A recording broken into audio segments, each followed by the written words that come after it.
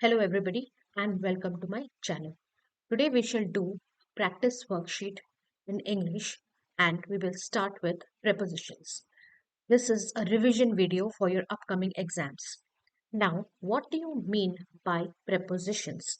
The word preposition itself has the word position, which means where we need to place a certain thing in relation to another thing.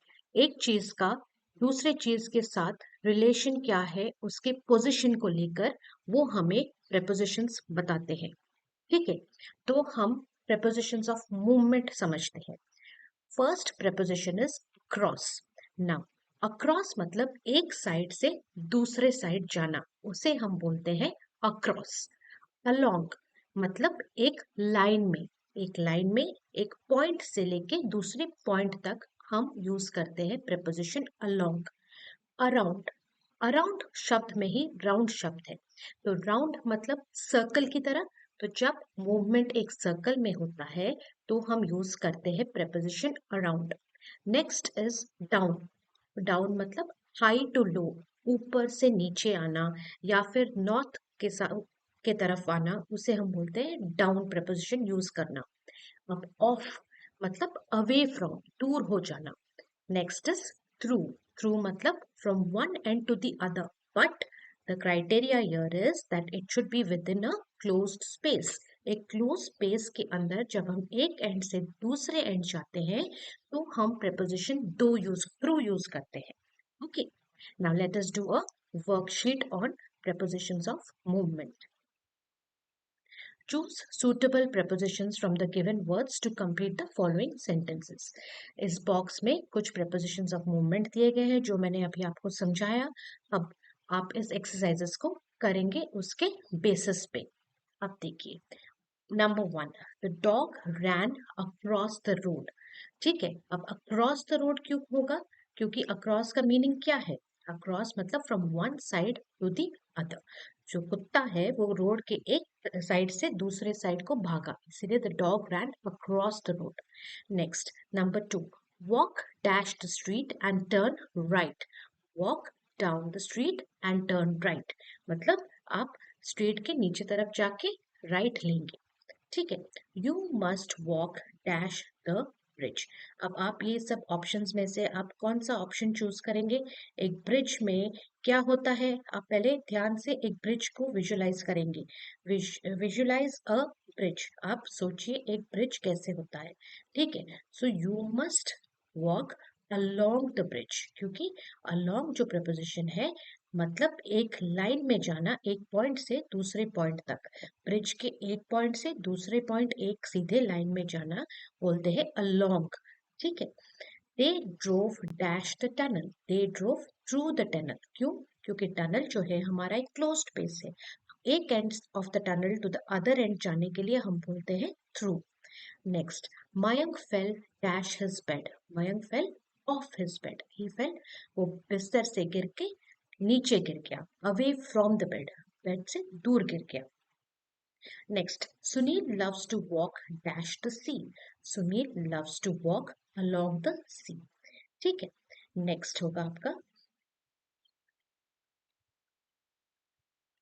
she turned round and smiled at me. वो पीछे पलट के देखी and smiled at me. The children ran dash the hill to the gate. The children ran down मतलब एक ऊंचे हिल से नीचे दौड़े और गेट की तरफ भागे. कौन? बच्चे. Next. So you can do this first on your own and then refer to the answers. Now, adverbs क्या है? Adverbs are those words which describe verbs and add to their meanings. Verbs क्या है? Verbs are all your doing words. जो भी शब्द कोई action दिखाता है उसे हम verbs बोलते हैं. Adverbs उसी verbs को और भी अच्छे से जो डिस्क्राइब करते हैं एंड वो verbs को मीनिंग को और भी एक्सप्लेन करते हैं उसे हम adverbs बोलते हैं. For example, brightly, fast, slowly, late, today, etc. Normally words ending in ly are all adverbs. ये आपको ध्यान में रखना है. Now, types of adverbs क्या है? Adverb of manner और adverb of form. Adverb of manner हमें बताता है कि how and in which manner and action takes place. Action क्या है? हमारा जो वर्ब है वो एक एक्शन वर्ड है, तो वो एक्शन वर्ड को और भी मीनिंगफुल बनाता है हमारा एडवर्ब ऑफ मैनर, जो कि बताते हैं हमें कैसे and in which manner and action has taken place. Example के तौर पे देखेंगे, for example the horse runs fast. तो यहाँ पर आप पहले क्या आइडेंटिफाई करेंगे? आप आइडेंटिफाई करेंगे सब्जेक्ट क्या है। यहाँ पर हमारा सब्जेक्ट है हॉर्स। सब्जेक्ट वो होता है जिसके बारे में हम बात कर रहे हैं। अब ये हॉर्स क्या एक्शन कर रहा है? रनिंग का एक्शन कर रहा है। Runs is your verb. अब कैसे दौड़ रहा है? फास्ट दौड़ रहा है। तो सब्जेक्ट क्या कर रहा है और कैसे कर रहा है, ठीक है, ये हमें बताता है आपका adverb. So in this sentence, fast is your adverb. The sun shines brightly. Identify the subject, sun, जिसके बारे में हम बात कर रहे हैं। वर्ब क्या है? क्या कर रहा है? सन शाइन करता है। ठीक है, कैसे शाइन करता है? ब्राइटली शाइन करता है। So the word brightly is your adverb of manner. Adverb of time tells us the time when an action takes place.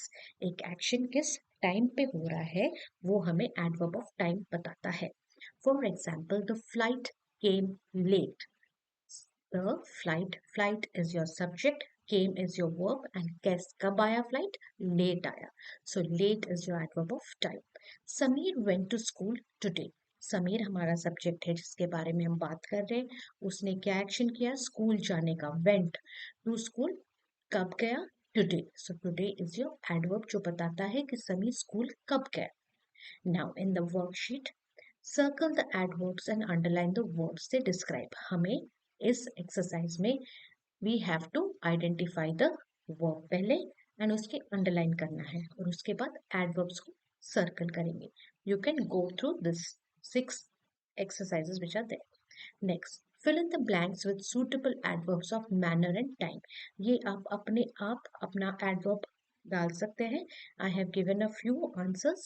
You can either refer to this or use your own adverb. कोई भी adverb related to manner and time आप use कर सकते हैं। I went to the market in the evening. आप morning भी लिख सकते हैं। Adverb of time किस टाइम पे गए? Morning, evening, night आप लिख सकते हैं। The dog barked, adverb of manner. कैसे bark किया डॉग ने? Ferociously. My sister sings dash. कैसे गाती है मेरी बहन? In which manner? My sister sings melodious. Melodiously मतलब सुरीला गाना। My grandfather reads the newspaper. Ad adverb of time हम डालेंगे। My grandfather reads the newspaper daily. Number 5. We went to the garden dash, adverb of time. We went to the garden regularly. He looked at me dash, ad of manner, adverb of manner. He looked at me angrily, या आप और कोई भी adverb डाल सकते हैं manner का। We should sit dash in the library, adverb of manner. We should sit quietly in the library. I saw that money last dash, adverb of time.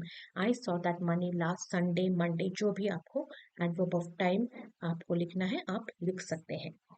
Next,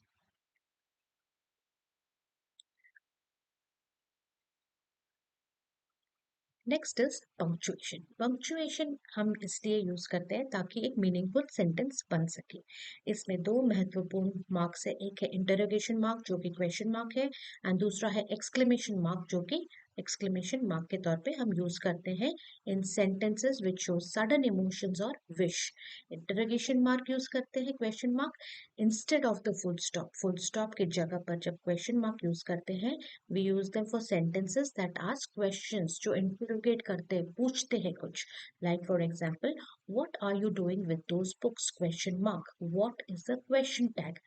So this is a interrogation mark, question mark, and this is an interrogative sentence. The exclamation mark is used in sentences which show sudden emotions or wish. For example, oh, exclamation, what a lovely surprise, full stop. Second, may you live 100 years. This is again an exclamation followed by an exclamation mark. Now insert exclamation marks or interrogation marks whenever necessary. What a fire raged in the city that night. अब ये एक हम express कर रहे हैं sudden emotion, इसीलिए exclamation mark last में रहेगा। What have you picked up from the fair at Janpath. What question word है, क्वेश्चन टैग है, इसीलिए ये एंड ऑफ द सेंटेंस में क्वेश्चन मार्क रहेगा। Oh what a disaster this is. Oh के बाद एक्सक्लेमेशन, क्योंकि हम सरप्राइज्ड है कि कितना बड़ा डिजास्टर है। Long live the king, exclamation mark. When will you go to Delhi? Question mark. क्योंकि when will you is a questioning word. Next we come to conjunctions. Conjunctions जैसे हमने पढ़ा are linking words. ठीक है, they are connectors or joining words like and, but, or, because, so. ये सब आपके conjunctions है। आपके conjunctions जो कि मेन है वो है yet, while and unless। Yet क्या बताता है कि दो आइडियाज या एक्शंस है जो एक दूसरे के ऑपोजिट मीनिंग को समझाते हैं। वाइल जो है is during the time that और at the same time, and unless means only if. अब येट का एग्जाम्पल देखते हैं। येट कनेक्ट्स अपोजिंग आइडियाज और एक्शंस। अपोजिंग मतलब एक दूसरे से हटके, in different directions. For example, Meena was late yet she was walking slowly. अब मीना वॉज लेट एक सेंटेंस है, मीना पहले से ही बहुत लेट है, फिर भी वो धीरे चल रही है। अब जब कोई लेट होता है तो हमें जल्दी चलना चाहिए, बट यहाँ पर क्या हो रहा है, Meena was late yet she was walking slowly. While means during the time that or at the same time. For example, I saw Vikas while I was driving. मैं मैं जब ड्राइव कर रही थी तब मैंने विकास को देखा। मतलब ये दोनों एक्शंस, ड्राइविंग का और विकास को देखने का, एक ही टाइम पे हो रहा है। सो हम यूज करेंगे conjunction while. Unless means only if. For example, you cannot succeed unless you work hard. तुम मेहनत नहीं करोगे तो तुम सक्सीड नहीं कर पाओगे। So we only if you work hard you can succeed. So you can not succeed unless you work hard. Now fill in the blanks using suitable conjunctions. I sent him an email yet he didn't respond. मैंने उसे email भेजा जिसे देख के उसे उत्तर देना चाहिए, but yet he did not respond. You can't get a job unless you have experience. Unless means आपके पास experience होना जरूरी है, तभी आपको जॉब मिल सकता है। Therefore we use the conjunction unless. Number 3, listen to the story carefully and answer the given questions. ठीक है, he is 73, यहाँ पे आपका लगा एक semicolon.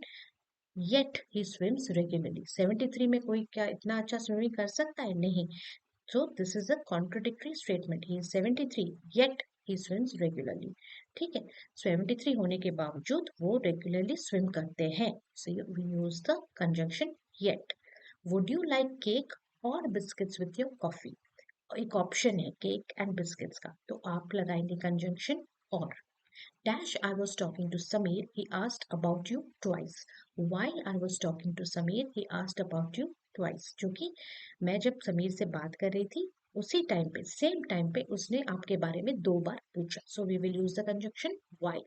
The guards do not allow you in unless you show them the entry ticket. आपको entry ticket दिखाना जरूरी है, वरना गार्ड्स आपको अलाउ नहीं करेंगे। So we will use unless. Sudha overate chips while she was watching television. ये दोनों एक्शन साथ साथ हो रहे हैं, इसीलिए हम यूज करेंगे conjunction while. Padam is overweight, comma, yet he continues to eat lots of cakes and chocolates. Overweight होने के बावजूद पदम lot of cakes and chocolates खाता है. So we use the conjunction yet. He couldn't attend the workshop as the bus arrived late. बस क्योंकि बस late आया वो वर्कशॉप अटेंड नहीं कर पाया। Next we will come over to something called compound words. Compound words as we know उनके बीच में हाइफन होता है, कुछ हाइफन के साथ जुड़ते हैं एंड कुछ स्पेस रख के जुड़ते हैं।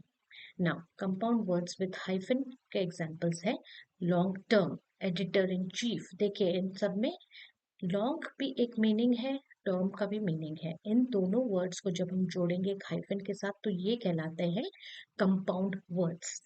Compound words is a single word. Door knob, door का भी मतलब है एंड नॉब का भी अलग मतलब है, बट इन दोनों को हम जोड़ के भी एक मीनिंगफुल वर्ड बना सकते हैं जो कि एक कंपाउंड वर्ड कहलाता है। अब compound words is two words, living and room. Living room without any hyphen, without any space, they can be used as two words and be understood as a compound word also. तो compound words हमारे hyphen के साथ भी होते हैं, as a single word भी होते हैं, and as two words भी होते हैं. So go through all these examples which are given, and from this table itself we have to fill in the blanks. Complete the following sentences using compound words from the table given above. Now, Mr. Daniel has been dash as the chairman of the company. अब कौन सा option होगा? री-इलेक्टेड. अब यहाँ पर री-इलेक्ट है, but has been re-elected होगा according to the tense. Write the answers in your notebook.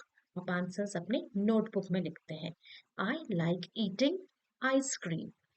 इन्हीं ऑप्शंस में से आपको इनमें भरना है. We go to school during weekday. The dash risked his life to put out the fire. Fire मतलब fireman है यहाँ पे. The fireman risked his life to put out the fire. Are you ready to make a dash commitment? Long-term commitment. I have some dash to finish up. I have some paperwork to finish up. Dash workers spend much time in formalities rather than taking care of patients. हमारे जो health care workers होते हैं, they take care of patients. ठीक है. So from these above compound words, we have done the fill in the blanks of this exercise also. Next हम पढ़ेंगे antonyms क्या है. Antonyms are nothing but opposite words. एक शब्द दिया गया है, उसका विलोम शब्द को हम एंटोनिम बोलते हैं. ठीक है. So from this box we have to write the antonyms of silent. Silent का है नॉइजी, क्लेवर का है फुलिश, शार्प का है ब्लंट, लिमिटेड का है प्लेंटी, शैलो का है डीप, जॉय का है sorrow, innocent is guilty, grow is shrink, found is lost and late is early. अब हम करेंगे आर्टिकल्स क्या है.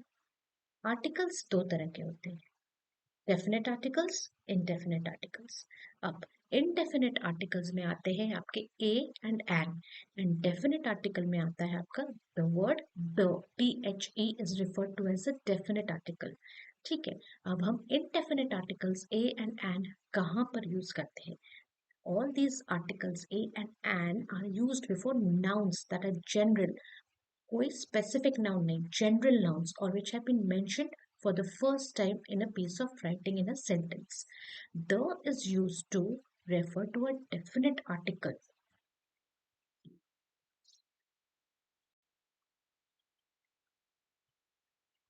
Now, we use the definite article when we refer to a definite article like names of mountains, rivers, newspapers, oceans, seas, and holy books. The is used with the things that are only one of a kind. एक तरह की चीजें. They are used with things we have already talked about. पहले sentence में हम किसी चीज के बारे में ऑलरेडी बात कर चुके हैं, तो सेकेंड सेंटेंस जो उसे फॉलो करता है उसमें नाउन से पहले हम द यूज करेंगे, which is a definite article. Now complete the following sentences using a and the. I always carry dash umbrella. I always carry an umbrella. ठीक है. an क्यों? क्योंकि UMBRELL में umbrella शब्द में U is a vowel, so we will use an. अब already हम umbrella के बारे में बात कर चुके हैं, तो सेकंड सेंटेंस में आएगा the umbrella with the red stripes is my favourite one. हम ऑलरेडी पहले सेंटेंस में अम्ब्रेला के बारे में रेफर कर चुके हैं. सो सेकंड सेंटेंस में an umbrella with the red stripes is my favourite one नहीं लिखेंगे, the umbrella with the red stripes is my favourite one. Now next, is dash man wearing a checked shirt your brother? Is the man wearing a checked shirt your brother? अब देखिए यहाँ पर the man क्यों? क्योंकि एक specific आदमी के तरफ में पॉइंट करके, एक डेफिनेट आदमी की तरफ पॉइंट करके मैं पूछ रही हूँ कि क्या वो आदमी जो चेक शर्ट पहना है आपका भाई है, इसीलिए is the man wearing a check shirt your brother. 3. We saw an ant. An ant क्यों? क्योंकि ए जो है आपका वॉवल है. वॉवल्स आपके क्या है? A E I O U. तो वो शब्द जो ए ई आई ओ यू के साथ स्टार्ट होते हैं, they have an before them with a few exceptions. वो आप आर्टिकल्स वाले वीडियो में जाके देख सकते हैं। We saw an ant carrying a small piece of cake. ठीक है, अब यहाँ पर अ क्यों है, क्योंकि piece of small piece of cake में अ लगेगा, जो कि आपका इनडेफिनिट आर्टिकल है। She bought some apples as she took bite of an apple. एक एप्पल का बाइट लेते ही she found that the apple was rotten. उसी एप्पल जो एन एप्पल का बाइट लेते ही she found that the apple was rotten. उसी Apple को हम रेफर कर रहे हैं सेकंड सेंटेंस में, इसीलिए सेकंड सेंटेंस में द आ जाता है। Number 5. The children were left alone on an island because again island is starting with the vowel. The island had many palm trees क्योंकि सेकेंड सेंटेंस में हम उसी पहले वाले आइलैंड को ही रेफर कर रहे हैं, इसलिए हम द यूज करेंगे। 6. We met an Australian. The Australian could speak in Hindi fluently. The Ganga, अब देखिए specific mountains, reverse, newspapers, ocean, season, holy books के पहले हम द लगाते हैं। So the Ganga originates from the Himalayas. Have you read the news in the times of India? Specific चीजें के सामने हम द आर्टिकल यूज करते हैं। Now, we already know that a group of words making complete sense is called a sentence. Sentence क्या होता है? एक वर्ड्स का गुच्छी होता है जो कि कंप्लीट सेंस बनाता है। A group of words making complete sense is called a statement. There are four types of sentences: statement, question, request or command, and exclamation. Simple statement is it is very hot today. Simple सा statement है। Question, where are you going? कुछ question पूछ रहा है with a question mark, that is a questioning word और an interrogative sentence. Request और command, जहां पर भी प्लीज आता है, it is a request, please give me a pen. Exclamation, what a lovely house, आप पूरा बहुत उसको एक्सप्रेसिव वे में आप बोल रहे हैं what a lovely house with an exclamation mark at the end, that is an exclamatory sentence. Now, a declarative sentence declares a statement or an opinion. It ends with a full stop and begins with a capital letter. Exclamatory sentences जो होते हैं वो strong feelings and excitement या extreme dislike जताते हैं, end in an exclamation mark. Imperative sentences are instructions, requests, a wish or a demand. कुछ भी instructions, request, wish या demand हमारे होते हैं imperative sentence. इंटरोगेटिव सेंटेंस में इंटरोगेट शब्द जो है वो होता है पूछना, क्वेश्चन करना। So interrogative sentences ask questions and end in the question mark के साथ। इंटरोगेटिव सेंटेंसेस है which, when, where, how and what in them. Write the kind of sentences. Don't disturb me, ये एक इंस्ट्रक्शन है, इसीलिए imperative. Want to come to school? Question mark, interrogative. It is raining outside, simple सा statement है, declarative statement. Never tell a lie, imperative. ये एक आपको बोला जा रहा है कि never tell a lie. Oh, I have hurt myself, exclamatory mark है, so exclamatory sentence. Put the books on the table, ये आपको एक ऑर्डर दिया जा रहा है, so imperative. The earth revolves around the sun, ये एक फैक्ट है, so it is a declarative statement. Where is my new dress? Question mark, interrogative sentence. Now, how will you convert assertive sentence to interrogative sentences? Assertive sentence वो है जो कि जिसका मतलब हमें समझ में आ रहा है। उसी सेंटेंस को अगर हम क्वेश्चन की तरह बदलेंगे तो कैसे बदलेंगे? A statement can be turned into a question by changing the order of words and by using words such as do, does, did या वॉज। ये चारों चीजों को यूज करके हम एक सिंपल असर्टिव सेंटेंस को इंटरोगेटिव या फिर क्वेश्चनिंग सेंटेंस में बदल सकते हैं। एग्जाम्पल के तौर पे स्टेटमेंट आपका है you have a pen, question आपका क्या होगा? Do you have a pen? Question mark. Similarly statement he likes playing football, does he like playing football? Question mark. Mr. Das has a new computer. Does Mr. Das have a new computer? अब has जो है वो बन जाता है have, ठीक है। Ali was late for school. Was है तो इंटरोगेटिव सेंटेंस में सेंटेंस वॉज के साथ शुरू होगा. Was Ali late for school, question mark. She enjoyed reading the story. Did she enjoy, अब एंजॉयड जो है डिड शी एंजॉय बन जाता है, उसका टेंस V1 फॉर्म में आ जाता है, उसका verb form. Did she enjoy reading the story, question mark. So these four questioning words will be there when you change assertive sentences to interrogative sentences. Next is degrees of comparison, जो कि आपका adjectives में है. Adjectives क्या है? Describing words है. और describing words तीन तरह के होते हैं. Three forms of adjectives for degree of comparison are positive degree, comparative degree, superlative degree. Positive degree simple जो डिस्क्राइब करता है थिंग्स या पर्सन्स को. कंपेरेटिव डिग्री होता है जब हम दो आइटम को कंपेयर करते हैं, तब हम यूज करते हैं ER, IER या फिर मोर. ठीक है. एंड सुपरलेटिव है जब दो से अधिक चीजों को हम कंपेयर करेंगे, उसमें हम यूज करते हैं EST, IEST या फिर मोस्ट. ठीक है. Next, there are some examples over here which I have given. Please go through it as a revision. Positive, comparative and superlative degree of adjectives में. अब देखिए, write the correct adjective degree. Red apples are usually dashed and green apples. Sweet, अब हम दो चीजों को compare कर रहे हैं, रेड एप्पल्स और ग्रीन एप्पल्स, तो ये comparative degree of adjective sweet का है, sweeter. So red apples are usually sweeter than green apples. Rahul is the dash student in the class, talkative. अब क्लास में दो से ज्यादा स्टूडेंट्स हैं, तो यहाँ पर आपका आएगा superlative degree of comparison. So talkative का हो जाएगा most talkative. This carpet is dash than the other one. कितने कारपेट्स कंपेयर हो रहे हैं? दो कारपेट्स. एक कार्पेट दूसरे कार्पेट के साथ कंपेयर हो रहा है. So this carpet is cleaner then the other one. The journey was very dash long. ये अपना पॉजिटिव डिग्री में ही रहेगा क्योंकि हम ये जर्नी को किसी और जर्नी के साथ कंपेयर नहीं कर रहे हैं. The boy wearing blue shorts is the dash runner of a school. School में बहुत सारे बच्चे हैं जो कि रनिंग रेस में पार्टिसिपेट कर रहे हैं. सो यहाँ पर हम सुपरलेटिव डिग्री लगाएंगे. The boy wearing blue shorts is the fastest runner of a school.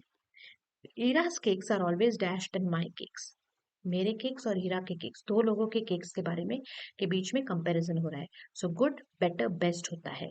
यहाँ पर गुड है आपका एडजेक्टिव, तो गुड का बेटर होगा. are always better than my cakes. The story I read last night is the dash story I have ever read. मैंने बहुत सारी स्टोरीज पढ़ी हैं, लेकिन ये जो पर्टिकुलर स्टोरी पढ़ रही हूँ वो सबसे ज्यादा इंटरेस्टिंग है. Is the most interesting story, क्योंकि दो से ज्यादा स्टोरीज है यहाँ पे. Gaurav is dash than his sister active. दोनों के बीच में कंपैरिजन हो रहा है, तो is more active than his sister. Vaibhav is dash than his brother. Is more smarter than his brother. Mona is a dash girl. Mona is a nice girl, क्योंकि यहाँ पर मोना का कंपैरिजन किसी के साथ नहीं हो रहा है. अब हेल्पिंग वर्ब्स क्या है? वो वर्ब्स जो हमारे मेन वर्ब को असिस्ट करते हैं उन्हें हम हेल्पिंग वर्ब्स कहते हैं. हेल्पिंग वर्ब्स हमारे होते हैं is, am and are. So those verbs that help the main verb are helping verbs. Example, milk is boiling. यहाँ पर बॉइलिंग आपका मेन वर्ब है और इज आपका हेल्पिंग वर्ब है. सो वैसे ही fill in the blanks using the helping verbs given in the box to complete the following sentences. Will, have, are, do, must, was, can को इन सब सेंटेंसेस में भरेंगे. First try it on your own and then do it. Anil and Sunil मतलब दो से ज्यादा लोग हैं. So are playing. How many children have seen the circus, question mark. Anita dash attend the wedding tomorrow. Anita will attend the wedding tomorrow. Do you like cricket, question mark. We dash obey our elders. We must obey our elders. Catch me if you can. I was unwell yesterday, क्योंकि yesterday past में हमें समझ आता है. Next is subject verb agreement. Subject जो है आप sentence में जिसके बारे में बात करें उसे सब्जेक्ट बोलते हैं. वर्ब जो है जो एक एक्शन वर्ड होता है जो बताता है कि सब्जेक्ट क्या कर रहा है. तो इन दोनों का जो रिलेशनशिप है हमें सब्जेक्ट वर्ब एग्रीमेंट समझाता है. Now if a subject is singular, जो वर्ब फॉलो करता है वो भी सिंगुलर होगा. अगर सब्जेक्ट प्लूरल है तो it will be followed by a plural verb. अगर दो डिफरेंट सब्जेक्ट्स हैं जो कि वर्ड एंड में के साथ जुड़ रहे हैं तो प्लूरल वर्ब लगेगा. अगर दो सब्जेक्ट्स हैं जो कि रेफर कर रहे हैं सेम पर्सन या सेम थिंग को, then they will be followed by a singular verb. जो शब्द ईच एंड एवरी होता है they take a singular verb. The words or, neither, nor, either or takes a singular verb. तो ये जो सारे स्टेटमेंट्स है आपको ध्यान में रखने हैं, ये रूल्स है. इसके बेसिस पे ही आपका सब्जेक्ट वर्ब एग्रीमेंट टिका हुआ है. Now each of you dash a reward. Gets या गेट. अब जहां पर ईच लगता है हम सिंगुलर वर्ब यूज करते हैं, so each of you gets. अब डोंट गेट कंफ्यूज्ड कि जो वर्ब के पीछे एस लगता है वो प्लूरल है. नहीं, जो वर्ब के पीछे एस लगता है वो आपका प्लूरल नहीं सिंगुलर वर्ब है. ठीक है. So each of you is followed by a singular verb. So each of you gets a reward. Gets जो आपका सिंगुलर वर्ब है. Which of these two pens dash yours is yours. Which of these two pens is yours. क्यों is लगा? क्योंकि we are referring to the same person और thing, दोनों pens ही है. ठीक है. सो इसीलिए इज योर्स होगा जो कि सिंगुलर वर्ब है. The mother of these children is hard working. Mother जो है सिंगुलर है. ठीक है. हम मदर के बारे में बात करें, चिल्ड्रेन प्लूरल है, डजेंट मैटर. हम mother of these children is hard working. Therefore mother जो है आपका सिंगुलर सब्जेक्ट है, so it will be followed by your singular verb is. Every man and women dash required to be present in the ceremony. हमने क्या पढ़ा? Each and every takes a singular verb. So every man and women is जो है आपका singular verb है. Either Aryan और Kashika has done this. क्योंकि जहां पर भी आइदर और लगता है वहां पर सिंगुलर वर्ब लगता है, एंड हैज जो है आपका सिंगुलर वर्ब है. Everybody dash a good book. Everybody जो है ये रेफर करता है एक पर्टिकुलर ग्रुप को, एक. So it is everybody comes under one group. So everybody enjoys, ये आपका सिंगुलर सब्जेक्ट समझ में आता है. Everybody, it will be followed by a singular verb enjoys a good book.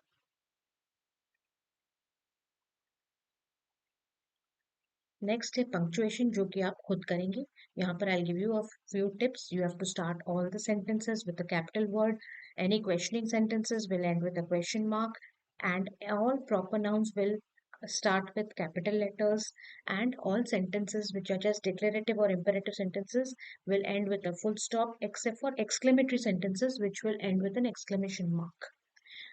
Next tenses पढ़ेंगे. टेंसेस क्या है? जो हमें समझाते हैं टाइम रिलेटेड आपका क्या फॉर्म है वर्ब का. Now complete sentences using present perfect form. ठीक है. अब our team dash play brilliantly in all the matches. अब प्रेजेंट परफेक्ट फॉर्म. ठीक है. Our team has played brilliantly in all the matches. आई, अब यहाँ पर टीम प्लूरल है, सब्जेक्ट है, तो it be followed by has. I have read this book. Singular, अब ये जो आई सब्जेक्ट है ये सिंगुलर सब्जेक्ट है, लेकिन it will be followed by have, because ये एक एक्सेप्शन है. So I have read this book. Renu singular subject है, it will be followed by singular verb has. I, Renu has planted trees in the neighbourhood. Eva and Amar have missed their important meeting. ये Eva and Amar plural में आता है, so have लगेगा and miss हो जाता है missed. We dash made shelter for stray dogs. We have made shelter for stray dogs. We plural subject है followed by plural verb have. Peter has decided to quit smoking. Peter singular subject followed by singular verb has. Next, past perfect tense. It is used for something that has happened in the past. जो past में हो चुका है, and it refers to the time in the past. Past perfect tense में हम had plus past participle use करते हैं, जो कि हमारा third form of the verb है.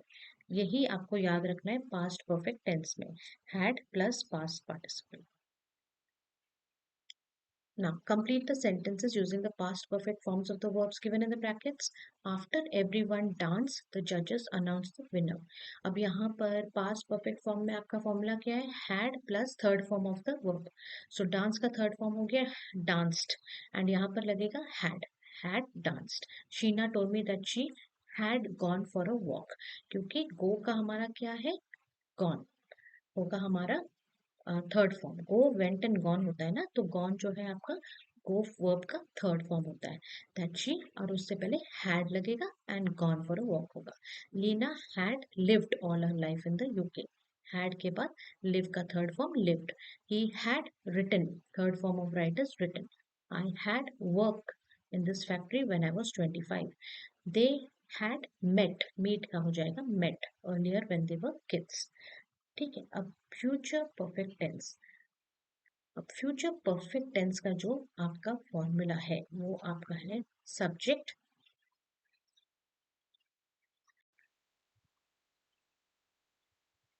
Now the formula for future perfect tense is subject plus helping verb जो कि आपका विल प्लस हैव होता है plus past participle form of the main verb. Main verb जो V1 वर्ब है उसको हम बना देते हैं V3 और ऐड करते हैं remaining part of the sentence के साथ. Now number 1, by the time she reaches Mumbai, she drive about 200 meters. So यहाँ पर हम क्या करेंगे, हमारा फॉर्मूला क्या है फ्यूचर परफेक्ट फॉर्म का. she जो है subject followed by will. she will have and drive का हो जाता है she will have driven. ठीक है, she will have driven about 200 kilometers. Second, I have not traveled much. However, by the next year, I जो आपका subject है followed by will have सी का हो जाता है seal the whole of Europe. आपको ये वाला जो हाईलाइट हुआ है येलो में इसको ध्यान में रख के ये बाकी सब करना है. She will have found, find हो जाता है found. By the time they get here we will have waited. She will have changed. The clouds will have disappeared when we reach home. तो ये सब जब टेंसेस करते हैं हमें उनके फॉर्मूलाज अगर याद हो ठीक से तो हम ये टेंसेस वाला अच्छे से समझ सकते हैं. So with this we come to the end of your revision video. If you have any doubts or want me to make videos on any other topics in your syllabus, please mention in the comments below. If you like my channel students, please like, share and subscribe कीजिए.